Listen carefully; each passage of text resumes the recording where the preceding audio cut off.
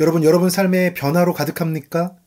도저히 여러 상황이 바뀌어서 내가 그동안 해왔던 일을 어떻게 해야 될지도 모르겠고, 앞으로 내가 내 삶을 어떻게 계획하고 인도해 가야 될지도 모르겠으십니까? 그렇다면 바울은 마게도니아라는 곳으로 선교를 가게 됩니다. 하나님께서 바울에게 익숙한 땅인 이 소아시아 지방, 지금의 터키 지방이라고 말할 수 있죠. 그곳에서 복음을 전하는 것을 막으시고 새로운 공간, 전혀 새로운 문화, 이런 곳을 가진 바로 마게도니아로 바울을 이끄셨기 때문입니다.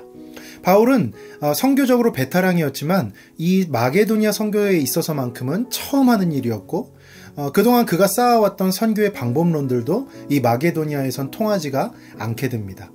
바울의 선교적 루트는 무엇이었습니까? 바로 그 지역에 가면 그 지역에 있는 회당을 찾아가는 것이었습니다. 그 회당에는 유대교를 믿고 또 구약의 그 구약적인 사상을 갖고 있고 구약의 지식을 갖고 있는 남성들이 많이 모여 있었습니다. 그럼 그곳에 가서 랍비인 바울이 설교를 하고 구약에 대한 이야기를 쫙 하면서, 이 구약의 말씀, 이 말씀에 나타나 있는 메시아, 그리스도가 바로 예수님이시다. 그분은 우리를 위해 이 땅에 오신 하나님이시고 그분이 우리를 대신해서 십자가에서 죽으셨고 우리에게 생명을 주시기 위해 3일 만에 부활하셨다. 바울의 이 선교, 전도의 루트는 항상 이것이었습니다. 그래서 그는 어느 곳에 가든지 간에 회당이 어디 있는가, 이것을 찾아서 바로 그 회당에 가서 이 루트를 통해 복음을 전파했던 것입니다. 그런데 이 마게도니아에는요, 도착하자마자 보니까 회당이 없어요. 회당은 보통 유대인 남성 10명이 모이면 회당을 짓습니다. 그런데 여기에 회당이 없다는 것은 무엇을 뜻합니까? 유대인 남성 10명 이상이 없다라는 거예요. 그리고 또 무엇을 말합니까? 구약적인 배경을 갖고 있는 사람들이 별로 없다라는 것을 말하고 있는 것이죠. 그러니까 바울은 이전에 자기가 쌓아왔던 선교적 노하우, 또 선교적인 어떤 방법론들을 이제 이 마게도니아 선교에서는 더 이상 쓸 수 없게 되었다. 이것을 알게 되었던 것입니다. 여러분, 하나님께서는 때론 우리에게 변화를 요청하십니다. 그래서 우리에게 오셔서 새로운 변화가 있는 곳으로 우리를 이끌어 가시는 것이죠.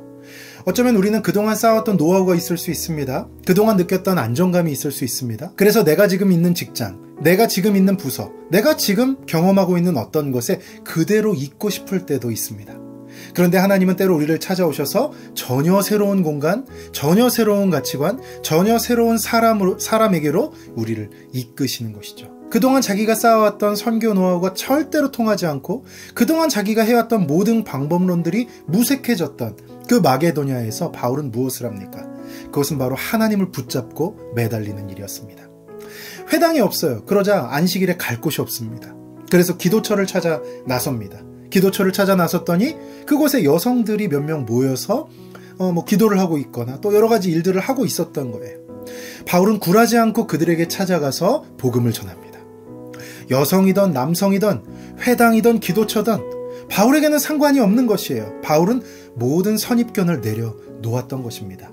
그래서 당시로서는 남성들보다 작은 존재로 여겨졌던 여성들에게 찾아가서 그들에게 복음을 전하기 시작합니다.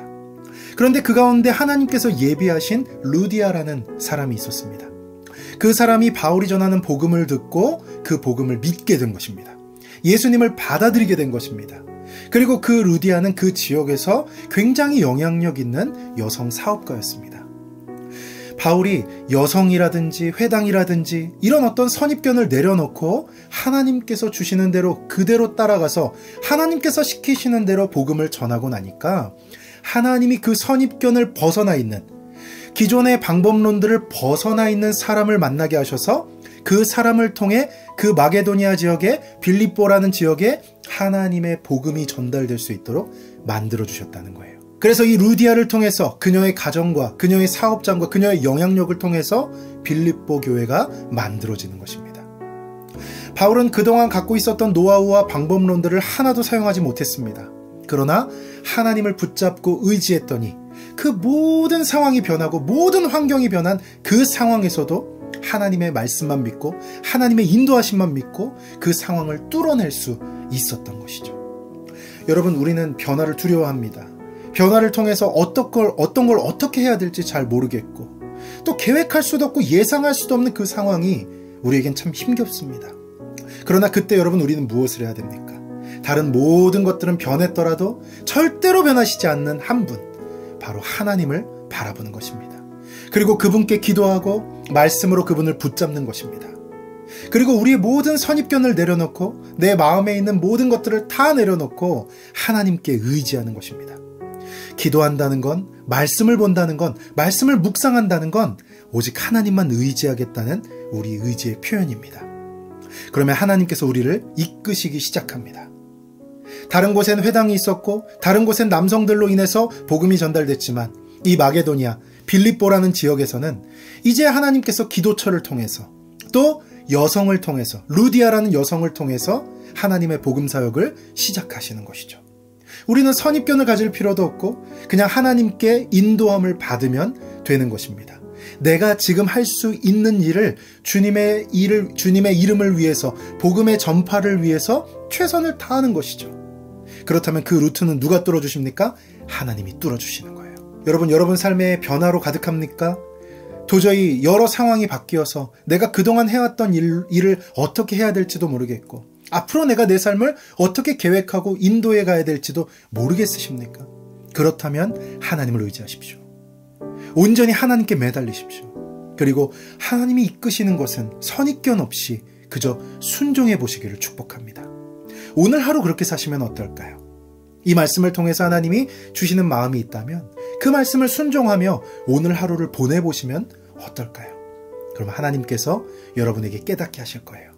이전의 내 노하우, 이전의 내 방법론은 아니더라도 새로운 루트, 새로운 방법론을 하나님께서 여러분에게 알려주시고 그것들이 뚫려지는 역사, 승리하는 역사가 여러분 오늘 나타나게 될 것입니다. 그 은혜를 충만하게 경험하시는 오늘 하루 되시기를 예수님의 이름으로 축복합니다.